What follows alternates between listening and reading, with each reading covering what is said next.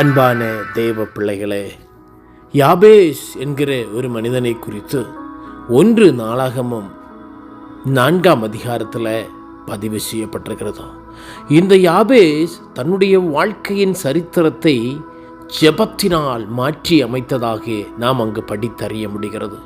அவர் தேவனை நோக்கி ஜெபிக்கிறார். தேவரீர் என்னை ஆசீர்வதித்து என் எல்லையை பெரிதாக்கி உமது கரம் என்னோடு இருந்து தீங்கு என்னை துக்கப்படுத்தாதபடிக்கு அதற்கு என்னை விலக்கி காத்திரளும். இந்த ஜெபம் யாபேசுடைய வாழ்க்கையிலே மாற்றத்தை கொண்டு வரத்தக்கதாக அமைந்தது. அவருடைய வாழ்க்கையில் இருந்த நெருக்கம் மாறி விசாலம் கடந்து வந்தது. அவருடைய வாழ்க்கையிலே தேவனுடைய ஆசீர்வாதம் கடந்து வந்தது. எப்படி நடந்தது? அவனுடைய ஊக்கமான ஜெபத்தினாலே, அவனுடைய உறுதியான ஜெபத்தினாலே அவருடைய வாழ்க்கையின் சரித்திரம் மாறினதென்றால், இந்த காலை வேளையில் இந்த சத்தத்தை கேட்கிற உங்களுடைய வாழ்க்கையையும் உங்கள் ஜெபம் மாற்றி அமைத்திடும்.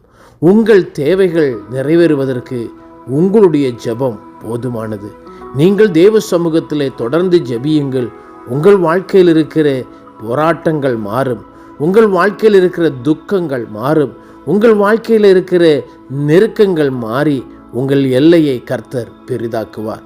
விசுவாசித்திடுங்கள், ஜெபியுங்கள். அதிக நேரம் ஜெபிக்க பிரயாசப்படுங்கள்.